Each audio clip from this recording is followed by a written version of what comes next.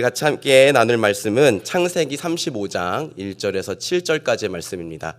창세기 35장 1절에서 7절까지의 말씀 같이 보도록 하겠습니다. 창세기 35장 1절에서 7절까지의 말씀, 저 한 절, 여러분 한 절 교독하고 마지막 절은 같이 읽겠습니다. 하나님이 야곱에게 이르시되 일어나 베델로 올라가서 거기 거주하며 내가 내 영 에서의 낯을 피하여 도망하던 때에 내게 나타났던 하나님께 거기서 제단을 쌓으라 하신지라. 야곱이 이에 자기 집안 사람과 자기와 함께한 모든 자에게 이르되 너희 중에 있는 이방 신상들을 버리고 자신을 정결하게 하고 너희들의 의복을 바꾸어 입으라. 우리가 일어나 베델로 올라가자.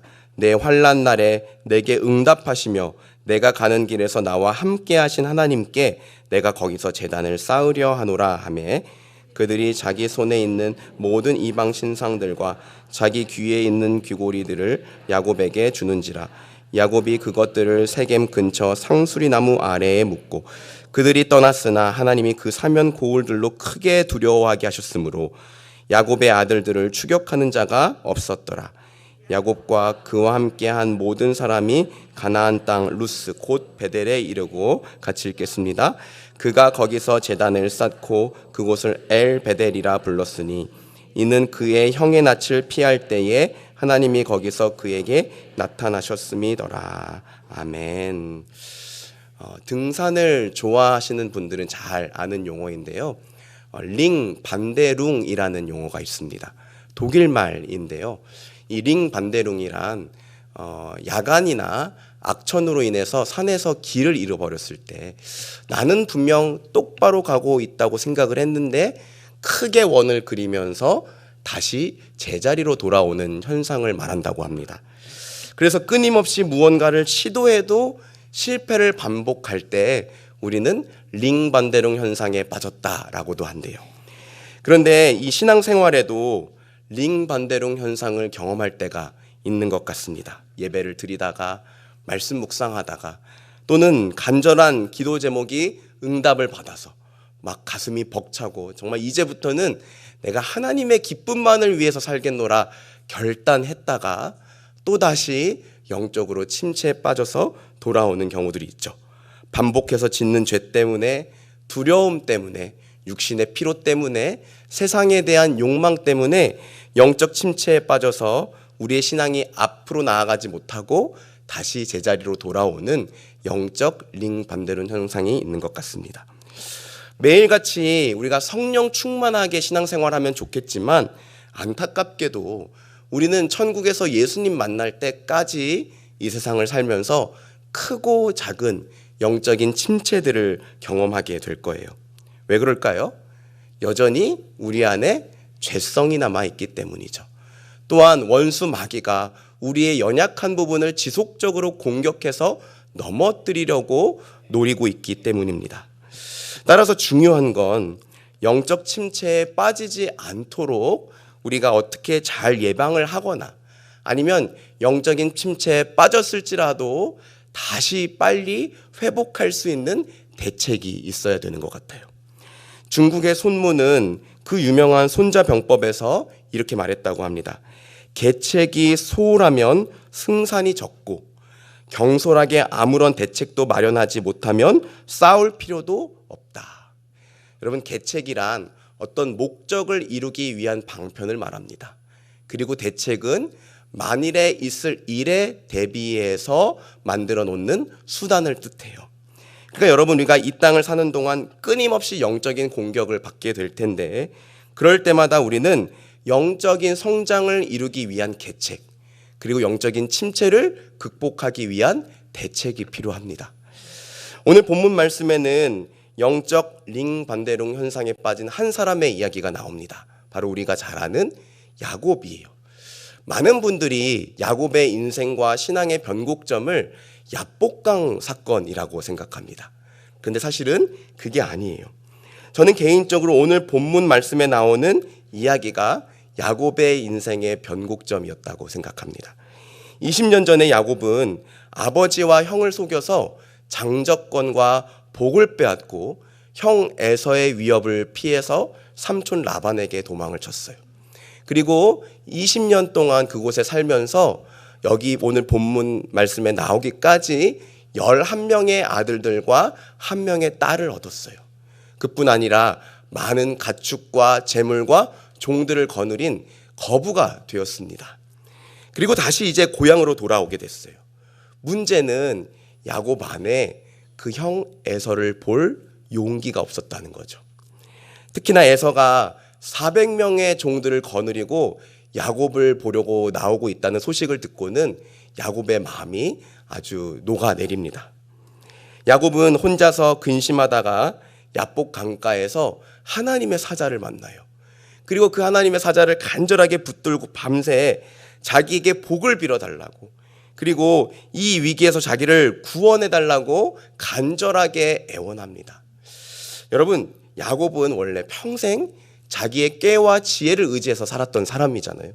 그랬던 그가 자기의 힘으로 어떻게 해볼 수 없는 상황을 만나게 되자 하나님을 비로소 인정하고 그 하나님을 의지하게 된 것입니다. 자, 그렇다면 이 야복강 사건 이후에 야곱은 늘 성령 충만하고 은혜가 충만하고 또 신앙생활을 기쁘게 하면서 살았을까요? 아닙니다. 여러분, 오늘 본문은 이 야복강 사건이 있은 지 10년이 지난 이후의 이야기예요. 야곱은 세겜 땅에서 히위 부족과 함께 살고 있었습니다. 문제는 히위 부족과 함께 살면서 그들의 문화와 풍속에 동화돼 버리고 신앙적으로도 많이 타협하고 있었다는 거예요. 야복강에서 놀라운 은혜를 경험했음에도 불구하고 다시 제자리로 돌아오는 영적 링 반대론 현상에 빠져 있었습니다. 그렇게 볼 수 있는 두 가지 근거가 있습니다. 우선 첫째는 야곱의 집에 많은 우상들이 있었다는 거예요. 오늘 본문 4절입니다. 그들이 자기 손에 있는 모든 이방 신상들과 자기 귀에 있는 귀고리들을 야곱에게 주는지라. 야곱이 그것들을 세겜 근처 상수리 나무 아래에 묻고. 여러분, 야곱의 자녀들이 자기 손에 있는 모든 이방 신상들과 귀의 귀고리들을 야곱에게 줬대요. 그런데 모든 이방 신상들이라는 말은 뭡니까? 집안의 우상이 한두 개가 아니었다는 거예요. 여러분, 야곱이 처음 가나안 땅으로 돌아올 때만 해도 기억나시나요? 야곱의 집에는 우상이 딱 하나 있었어요. 라헬이 몰래 감추었던 드라빔 하나만 있었거든요. 그런데 이 세겜 땅에서 히민족과 함께 살면서 집안에 조금씩 우상이 들어오게 된 거예요. 가장이었던 야곱이 이 사실을 몰랐을까요? 그럴 리가 없어요. 그런데 이유는 모르겠지만 야곱은 그 우상을 알고 있었음에도 불구하고 자녀들을 책망하지 않고 그냥 눈 감고 있었다는 거예요. 둘째는요, 야곱의 하나뿐인 딸 디나와 관련된 사건을 통해 그와 그의 집안의 신앙의 상태가 굉장히 영적으로 어두워져 있었다는 것을 알 수 있습니다. 창세기 34장 1절 말씀에 보면 성경이 디나에 대해 이렇게 말합니다. 같이 한번 읽어볼까요? 레아가 야곱에게 낳은 딸. 네, 여러분, 여기서 그 땅의 딸들을 보러 나갔다, 이 말은요, 단순히 그 땅의 히위 부족의 그 딸들을 보러 구경하러 나갔다라는 말이 아니에요. 이 말은 이방 민족의 딸들이랑 친구가 되어 그들의 문화 가운데에 동화되어 살았다라는 것을 의미해요. 저희 집에 첫째 딸이 요즘 5학년이 되면서 남자 아이돌에 눈을 떴습니다. 여러분, 투바투 아십니까? 이제 앞으로 우리 손녀 손자들 대하시려면 투바투 정도는 아셔야 돼요. 남자 아이돌 그룹이거든요. 요즘 초등학생부터 고등학생까지 굉장히 좋아하는 남자 아이돌 그룹이라고 합니다. 제가 보기에는 다 똑같이 생긴 것 같은데 자꾸 저보러 멤버들 이름을 외우래요. 근데 모르겠어요. 다 얘가 얘 같고 얘가 얘 같고 비슷해요. 그래서 제가 장난으로 지윤아, 아빠가 투바투보다 잘생기지 않았냐 그러면 막 화를 내면서 아빠 무슨 소리를 하는 거냐고 막 저한테 뭐라고 합니다. 한 5살 때까지만 해도 아빠가 세상에서 제일 멋있다고 했던 딸인데 너무나 아쉬워요. 그런데 제가 속상했던 건 사실 저희 딸이 남자 아이돌 좋아할 수 있죠. 그 사춘기 때 그럴 수 있잖아요. 그런데 남자 아이돌을 좋아하면서부터 머릿속에 온통 말씀이 아닌 이 아이돌 생각이 가득 차고, 또 사람들 자꾸 외모로 평가하더라고요. 쟤는 어떻다, 쟤는 뭐 코가 어떻다, 아빠는 살이 너무 뚱뚱한, 이건 그 전부터 그랬지만, 그리고 친구들과 뛰노는 걸 막 유치하다고 생각하기 시작했어요. 친구들이 안 놀고 자꾸 뭐 그 연예인 사진 보고 영상 보고 그러더라고요. 근데 얼마 전에 아주 놀라운 기적이 저희 집에 일어났습니다. 저희 첫째 딸이 소년부 수련회를 갔다가 오더니 이렇게 핸드폰 배경화면을 그 투바투가 아닌 말씀으로 바꿔놓은 거예요. 용돈을 받아서 애지중지 모아놨던 그 투바투 사진들도 다 쓰레기통에 버렸대요. 저희 둘째 딸이 깜짝 놀라서 저에게 전화를 했습니다. 아빠, 언니 이제 투바투 안 좋아한대. 그리고 수련회 갔다 오더니 엄청 착해졌어. 내가 막 놀려도 화를 안 내. 그런데 그래서 별로 재미가 없어 그러더라고요. 제가 너무 신기해서 물었습니다. 지윤아, 수련회에서 무슨 일이 있었던 거야? 그랬더니 지윤이가 대답했어요. 아빠, 로마서 12장 2절 말씀 배웠는데 2세대를 본받지 말래. 네. 은혜를 받은 거죠. 그래서 제가 우리 소년부 김친수 목사님께 감사 인사를 했습니다. 여러분, 수련회 가면 역사가 일어나요. 그러니까 우리 목장의 자녀분들, 또 주변에 자녀분들 있으면 꼭 수련회를 보내주시기 바랍니다. 물론 여러분, 아이돌 좋아할 수 있죠. 우리 집사님, 권사님들은 임영웅 좋아하시잖아요. 그죠? 어떤 분 제게 그러더라고요. 제가 저한테 전화 올려온 거 보고 임영웅한테 전화 온 줄 알고 설렜대요. 제 이름이 임영광이잖아요. 근데 임영웅을 얼마나 좋아했으면 임영웅으로 보였다는 거예요. 여러분, 건전한 가요라면 얼마든지 들을 수 있죠. 또 그 가요의 가사말 속에서 복음적인 요소들을 우리 충분히 묵상할 수 있습니다. 하지만 우리가 세상의 문화를 잘 분별하지 않으면 우리는 세상에 동화될 수 있다는 거예요. 그런데 세상에 동화된다는 건 곧 하나님과 멀어진다는 것을 뜻하기도 합니다. 야고보서 4장 4절 말씀인데요. 제가 읽어드릴게요. 그런즉 누구든지 세상과 벗이 되고자 하는 자는 스스로 하나님과 원수되는 것이니라. 그렇죠? 세상에 살면서 세상의 빛과 소금이 되라고 했지 세상의 벗이 되라고, 세상의 동화되라고 하시진 않았거든요. 야곱의 딸 디나가 그랬던 거예요. 레아가 야곱의 낳은 딸 디나가 그 땅의 딸들을 보러 나갔더니, 그리고 야곱의 가정이 그랬어요. 그래서 야곱 가정에 우상들이 가득했던 것입니다. 바로 이러한 이유들 때문에 하나님께서는 이스라엘 백성들에게 가나안의 문화와 풍속을 본받지 마라, 따르지 말라라고 여러 차례 율법을 통해 경고하신 거예요. 정리하면 여러분, 야곱과 그의 집은 세겜에서 사는 이 10년 동안 이방의 문화와 종교의 영향을 받아서 영적으로 굉장히 어두워져 있었다고 할 수 있어요. 야복 강가에서 그 놀랍고 신비한 체험을 했음에도 불구하고 그 10년 동안 이방 종교와 문화의 영향을 받아서 영적으로 침체된 링 반대론 형상에 빠진 야곱의 모습을 오늘 말씀을 통해 볼 수가 있습니다. 그리고 야곱에게 감당하기 힘든 한 가지 사건이 일어나요. 이 세겜의 땅 히위 부족의 족장의 아들이었던 세겜이 야곱의 딸 디나를 사랑한 거예요. 그런데 문제는 아주 잘못된 방식으로 사랑을 표현했죠. 그가 야곱의 딸 디나를 겁탈했습니다. 그런데 다행인지 모르겠지만 이 세겜은 여전히 디나를 사랑했어요. 그래서 자기 아버지 하몰에게 가서 자기를 야곱의 딸 디나와 결혼시켜달라고 부탁합니다. 그래서 하몰이 야곱의 집을 찾아와서 자기 아들과 야곱의 딸을 결혼시키고 두 부족이 하나로 화합하자고 제안을 해요.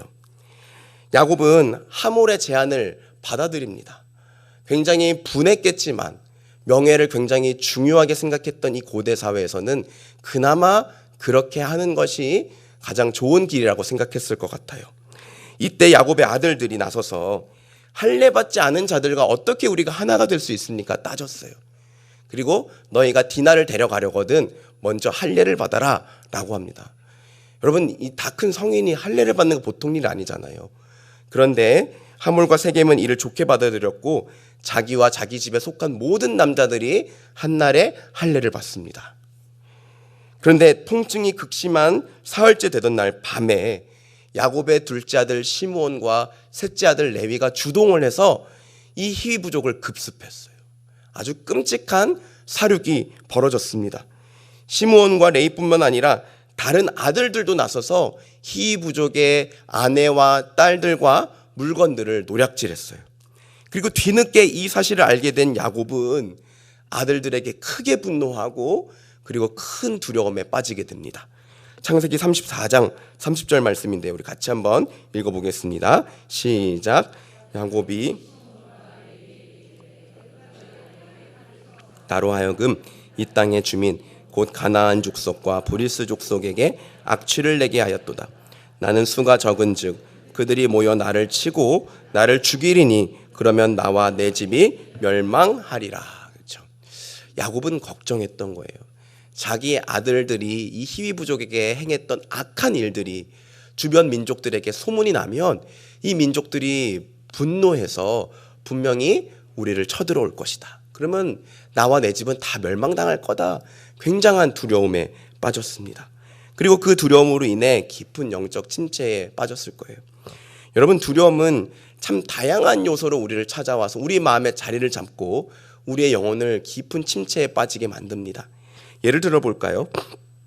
야곱처럼 혹시 모를 어떤 위협 때문에 우리는 두려움을 느끼게 되죠. 작년 5월에 있었던 일이에요. 마지막 날 아침 6시 20분경에 크게 사이렌이 울렸어요. 여러분 기억하시나요? 제가 자다가 깜짝 놀라서 이렇게 TV를 보고 그리고 스마트폰을 확인을 해보니까 북한이 미사일로 추정되는 물체를 남쪽으로 쐈다는 거예요. 그 순간 제 마음에 두려움이 찾아왔습니다. 아, 전쟁이 나면 어떡하지? 진짜 서울에 미사일이 떨어져서 불바다가 되면 어떡하지? 그리고 제가 다 바로 무슨 행동을 했을까요? 화장실에 가서 물을 받았어요. 결국 서울시의 과민한 대응으로 인해 해프닝으로 일단락났지만 그날 밤에 제가 아내에게 여보 우리 라면이랑 물 좀 사다 놓을까? 얘기를 했습니다. 청년의 때에는 불확실한 미래로 인해 찾아오는 두려움이 가장 큰 것 같아요. 내가 이렇게 아무리 열심히 공부해도 시험에 합격하지 못하면 어떡하지? 나 이제 곧 대학 졸업하는데 군대 제대하는데 내가 뭘 하면서 살아야 될까? 나 이렇게 계속 평생 비정규직이랑 알바만 하면서 살게 되면 어떡하지? 이런 불확실한 미래 때문에 두려워해요. 때로는 다른 사람들과의 관계 때문에 두려워합니다. 사람들이 나를 인정해주지 않으면 어떡하지? 나를 좋아하지 않으면 어떡하지? 모건들이 나를 잘 따라주지 않으면 어떡하지? 이런 두려움에 빠지게 되기도 하죠. 심지어 내가 생각했던 신앙적인 기준에 못 미칠까 봐 두려워하기도 합니다. 내가 지금은 이렇게 은혜 받아도 또다시 죄에 넘어지면 어떡하지? 내가 자꾸 하나님 앞에 죄를 반복해서 하나님이 분노하셔서 우리 집에 고난을 주시면 어떡하지? 그런 두려움에 빠지기도 합니다. 여러분, 중요한 건 어떤 요인으로 인한 두려움이든지 간에 두려움에 사로잡히면 우리 영혼은 침체에 빠지게 돼 있다는 거예요. 삶이 무기력해집니다. 그리고 아무것도 제대로 할 수 없게 됩니다. 그러면 우리가 해야 할 질문은 하나입니다. 이런 영적인 침체의 상태에 빠졌을 때 나는 어떻게 해야 하나? 대책은 무엇인가? 오늘 말씀을 통해 우리 마음에 두려움이 엄습했을 때, 그리고 내가 자꾸 영적으로 침체되고 있을 때 이것을 어떻게 극복할 수 있는지 두 가지 대책을 함께 나누려고 합니다. 우선 첫째는 문제나 상황이 아닌 하나님을 묵상하라입니다. 다시 말씀드립니다. 문제나 상황이 아니라 누굴 묵상하는 거예요? 하나님을 묵상하는 거예요. 본문 1절 말씀 같이 읽겠습니다. 시작. 하나님이 야곱에게 이르시되 내가 내 영 에서의 낯을 피하여 도망하던 때에 내게 나타났던 하나님께 가서 제단을 쌓으라 하신지라. 하나님이 야곱이 잔뜩 두려움에 사로잡혀 있다는 것을 아시고서 그에게 찾아오셨어요. 그리고 그에게 두 가지를 명령하셨습니다. 하나는 일어나서 베델에 올라가서 거기에 거주하면서 살아라. 두 번째는 뭐예요? 거기에 제단을 쌓아라. 즉 누구를 예배하라는 거예요? 하나님을 예배하라는 것이죠. 아주 간단한 명령이었습니다. 그런데 재미있는 것은 이 말씀에 보면 야곱 너는 빨리 베델에 올라가서 거기 살면서 제단을 쌓아라 이렇게 말씀하시지 않고 자신이 어떤 분이신지를 일부러 길게 설명하셨다는 거예요. 내가 내 형 에서의 낯을 피하여 도망하던 때에 내게 나타나셨던 하나님. 자기를 이렇게 길게 설명. 야곱이 하나님을 모르지 않았잖아요. 그런데 일부러 자기를 이렇게 길게 설명하고 계십니다. 이유가 뭘까요? 하나님은 지금 야곱의 시선을 이 상황과 문제에서 돌려서 하나님을 바라보게 하고 계신 겁니다. 하나님 당신이 야곱을 먼저 찾아오셨고 그의 환난 날에 함께 하시며 지금까지 그를 인도하셨다는 것을 상기시켜주고 계신 거예요. 여러분, 배를 탔는데 심하게 출렁이는 파도 때문에 멀미를 한다면 출렁이는 파도가 아니라 뭘 보라고 하죠? 멀리 수평선을 바라보라고 하진 않아요.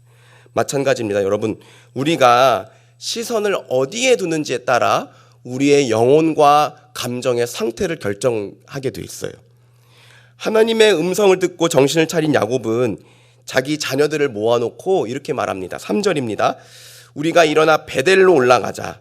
내 환난 날에 내게 응답하시며 내가 가는 길에서 나와 함께 하신 하나님께 내가 거기서 제단을 쌓으려 하노라. 야곱이 드디어 정신을 차린 거죠. 자기의 시선을 이 문제가 아니라 하나님께 두기 시작한 겁니다. 그리고 그 하나님을 자녀들에게 이렇게 소개하고 있는 거예요. 환난 날에 내게 응답하시며 내가 가던 길에서 나와 함께 하신 하나님. 지금 야곱은 드디어 하나님과 자기 자신을 연결짓고 있는 겁니다.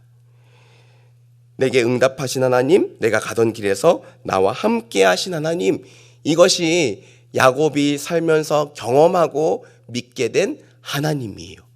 이거를 저는 신앙 명제라고 부릅니다. 신앙 명제. 여러분, 우리 안에는 신앙 명제들이 많이 있어야 돼요. 우리가 살면서 여러 가지 일들을 경험하면서 하나님을 만나게 되잖아요. 그러므로써 하나님은 이런 분이시다. 야곱에게는 그것이 내 환난 날에 나와 함께 하시며 나에게 응답하셨던 하나님이었다면 또 우리에게도 우리 각자만의 신앙의 명제들이 필요한 거예요. 그래야 크고 작은 어려움이나 두려움들을 만났을 때 우리가 자꾸 이 문제에 매몰되는 것이 아니라 그래, 우리 하나님은 이런 분이셨지를 생각하고 하나님을 바라볼 수 있게 되는 거죠. 저에게도 신앙 명제가 있습니다. 저는 내 인생에 단 한순간도 시간을 낭비하지 않으신 하나님. 그래서 저는 앞으로 있을 먼 미래를 그렇게 별로 그려보지 않아요. 이거 하나 하고 나면 그 다음에 하나님이 인도하시고 또 하고 나면 하나님이 인도하시고 심지어 내가 보기에 어떻게 이런 일이 있을까 최악이라고 생각하는 그 일들도 하나님이 나중에 다 사용하게 하시더라고요. 이걸 보면서 하나님은 내 인생에 단 한순간도 낭비하지 않으시는 하나님이라는 신앙 명제가 제 안에 생겼어요. 여러분, 두려움이 내 마음에 깃들이는 그 순간 문제나 상황이 아니라 하나님을 묵상하셔야 돼요. 우리가 잘 아는 다윗 그리고 이 골리앗과의 싸움 이야기 아시죠? 골리앗이 나와서 이스라엘 군대와 하나님을 모욕했을 때 이스라엘 백성들은요, 그 골리앗의 거대한 외모와 그의 거친 말들 때문에 완전히 마음이 녹아내렸어요. 말씀에 보면 골리앗이 무려 40일을 아침 저녁으로 나와서 싸움을 돋았대요. 그런데도 아무도 나가서 싸우려고 하지 않았다고 합니다. 그런데 다윗은 달랐어요. 다윗은 골리앗의 거대한 외모와 그의 거친 말을 묵상하지 않았습니다. 그는 하나님을 묵상했어요. 하나님이 어떤 분이시고 자기 삶에 어떤 일을 이루셨는지를 생각을 했습니다.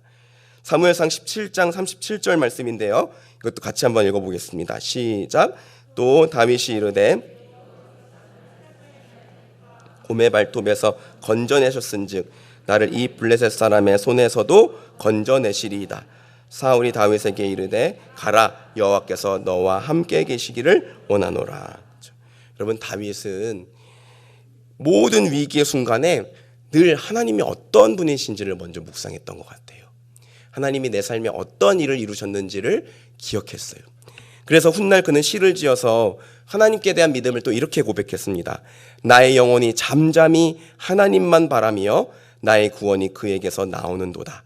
오직 그만이 나의 반석이시요 나의 구원이시요 나의 요새이시니 내가 크게 흔들리지 아니하리로다.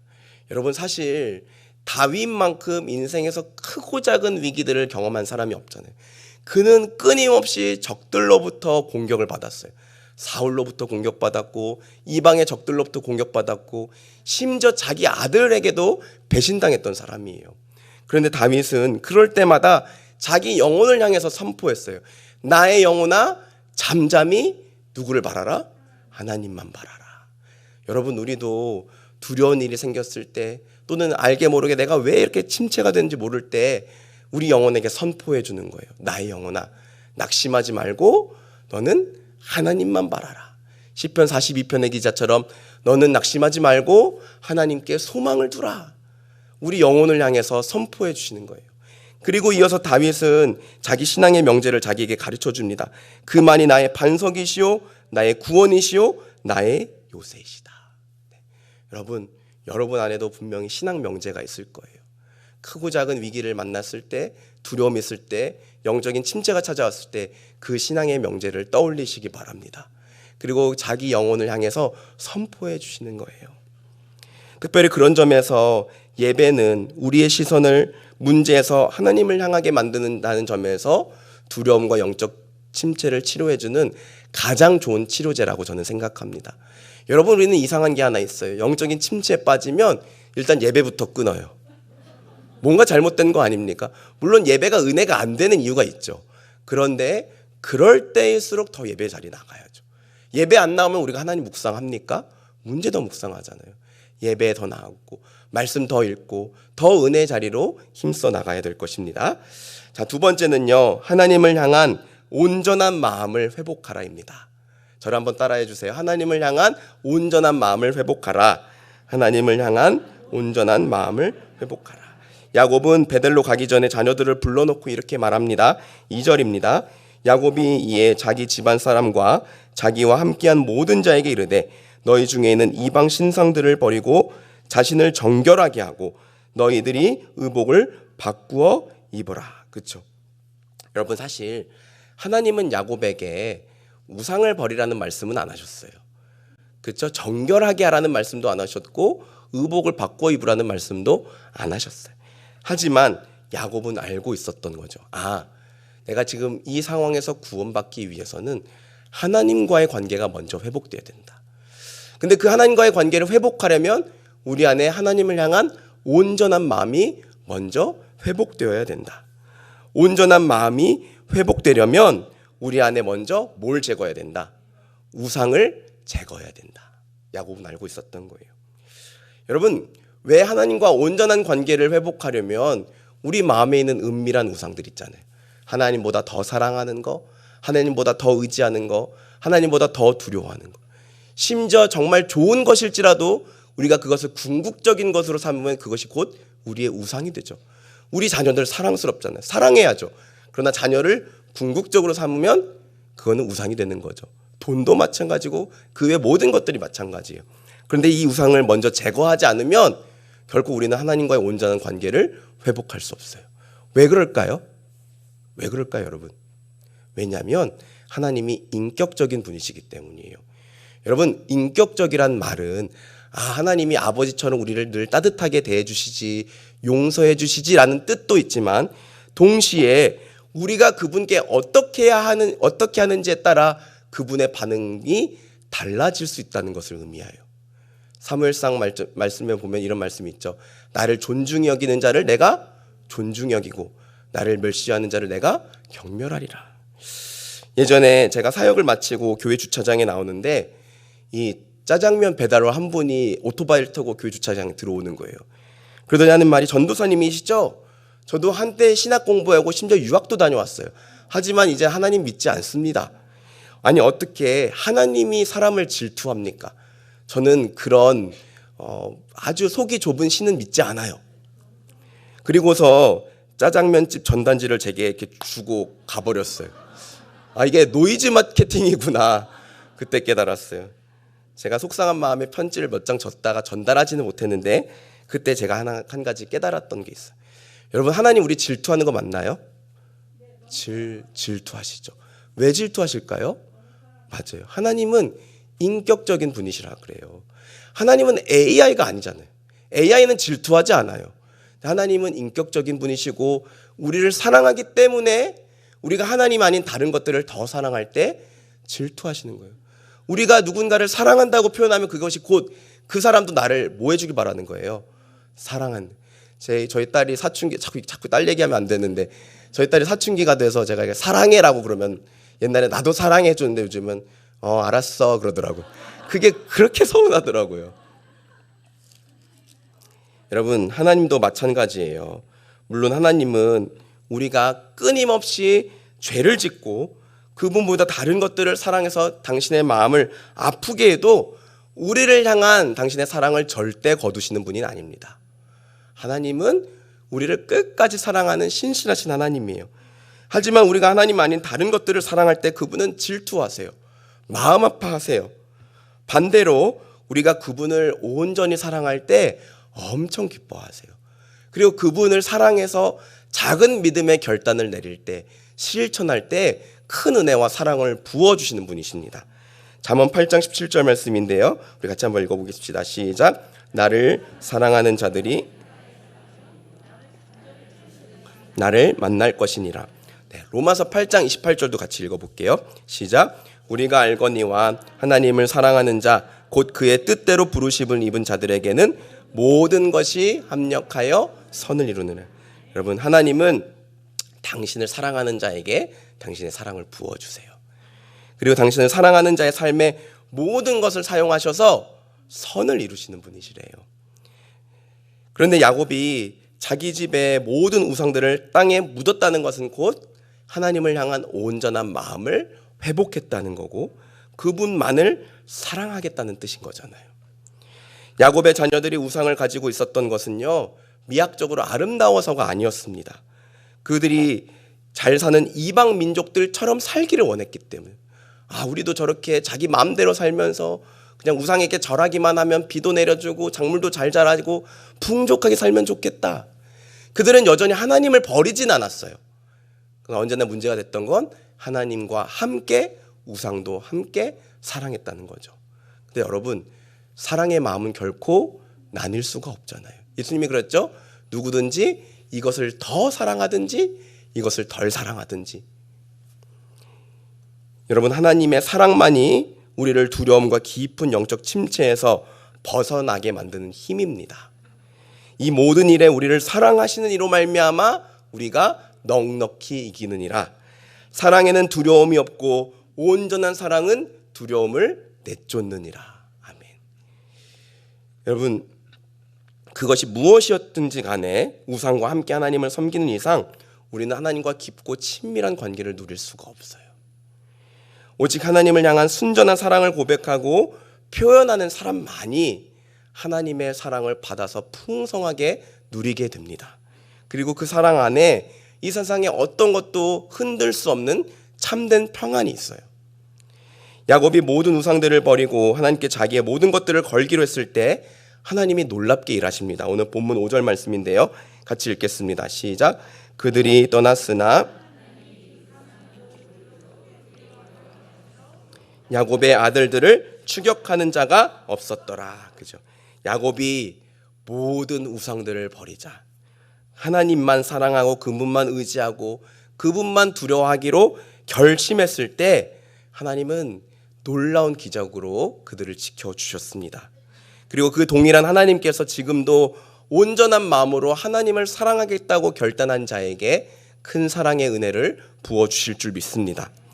말씀을 맺겠습니다. 설교를 마무리하며 데이비드 브레이너드의 일기를 한 소절 읽어드리려고 합니다. 데이비드 브레이너드는 우리가 잘 아는 조나단 에드워즈 목사님의 사위였어요.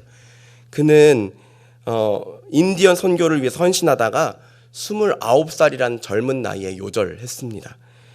그런데 이 에드워즈 목사님 보기에 이 청년이 너무나 하나님을 뜨겁게 사랑하는 모습을 보고 그를 참 많이 사랑하고 아꼈어요. 그가 죽은 것을 안타까워하며 목사님은 그의 일기를 묶어서 세상에 내놓았습니다. 그의 일기에는요, 하나님을 향한 사랑이 가득해요. 그는 폐결핵 3기의 몸을 이끌고 눈 덮인 언덕에서 기도했는데 하루 종일 기도하고 나면 각혈을 해서 시뻘건 피가 눈을 빨갛게 물들였다고 합니다. 일기에서 그는 이렇게 말합니다. 오늘은 별을 보고 기도하러 들판에 나갔다. 생각나는 모든 사람들의 이름을 부르며 땀에 흠뻑 젖어 기도했다. 돌아오는 길엔 별이 빛나고 있었다. 오늘은 하나님으로 내 자신이 가득 찼다. 눈에 보이는 모든 만물이 어제와 다르다. 주님이 나에게 은혜만 주셔도 이렇게 행복한데 우리 주님이 계신 그 하늘나라는 얼마나 기쁠까. 여러분, 이 데이빗 브레이너드의 일기 속에는요, 죽음으로 인한 두려움과 공포를 느낄 수가 없어요. 그가 굉장히 용감 묵상한 사람이어서가 아니라 그의 안에 하나님 사랑이 가득 차 있었기 때문이에요. 주 안에 사랑하는 여러분, 우리 먼저 하나님을 향한 온전한 사랑을 회복합시다. 그 사랑을 회복하려면 먼저 우리 안에 있는 우상들을 제거해야 돼요. 간단한 기준이 있습니다. 내가 하나님보다 더 사랑하는 게 있는가? 하나님보다 더 의지하고 있는 게 있는가? 하나님보다 두려워하는 게 있는가? 그것이 곧 우리의 우상이에요. 그분께 우리의 모든 것을 겁시다. 그분의 사랑에 깊이 잠겨 살아가기를 소원합시다. 그리고 날마다 문제나 상황이 아닌 이 세상의 가치가 아니라 하나님을 힘써 묵상하는 우리 모두가 되었으면 좋겠습니다. 그렇게 할 때 모든 두려움과 영적 침체를 벗어나 하나님의 놀라운 은혜와 일하심과 사랑을 경험하게 될 것입니다. 바라기는 하나님을 묵상하고 하나님만 사랑하여 그분께 모든 것을 걸기로 다시 한번 마음을 새롭게 결단하는 우리 모두가 되기를 주님의 이름으로 축원합니다. 우리 이 시간 같이 말씀을 기억하면서 진실된 마음으로 결단하기 원합니다. 하나님, 내 안에 두려움이 있습니다. 늘 하던 것처럼 예배하고 봉사하고 있지만 영적인 침체로 인해 제 안에 신앙생활의 기쁨이 사라졌습니다. 신앙생활의 기쁨, 구원의 감격을 다시 회복시켜 주시옵소서. 두 번째는요, 여러 가지 이유들로 내 안에 두려움이 찾아올 때 주님, 내 눈을 들어 하나님을 보게 하시고 지금까지 내 삶에 찾아오셔서 일하신 하나님을 바라볼 수 있는 믿음을 주시옵소서. 마지막 세 번째는요, 무엇보다도 온전한 마음으로 주님 더 사랑하기를 원합니다. 내 안에 하나님보다 사랑하며 의지하며 두려워했던 우상들을 성령님 불태워 주시옵소서. 세상 어떤 것도 끊을 수 없는 주님의 사랑 안에 깊이 잠기고 그 사랑에 압도되어 살아가기를 원합니다. 우리 이런 기도 제목을 가지고 잠시 함께 통성으로 결단하며 기도하겠습니다. 사랑하는 주님, 우리 안에 두려움이 있습니다. 어느 순간부터 우리가 여전히 예배 나오고 있지만 여러 가지 봉사활동도 하고 있지만 아버지, 우리 안에 기쁨이 사라졌습니다. 마음은 답답하고 예배를 드려도 은혜가 되지 않을 때가 얼마나 많은지요. 주님, 우리를 불쌍히 여겨주시고 우리 안에 신앙생활의 기쁨과 구원의 감격을 다시금 회복시켜 주시옵소서.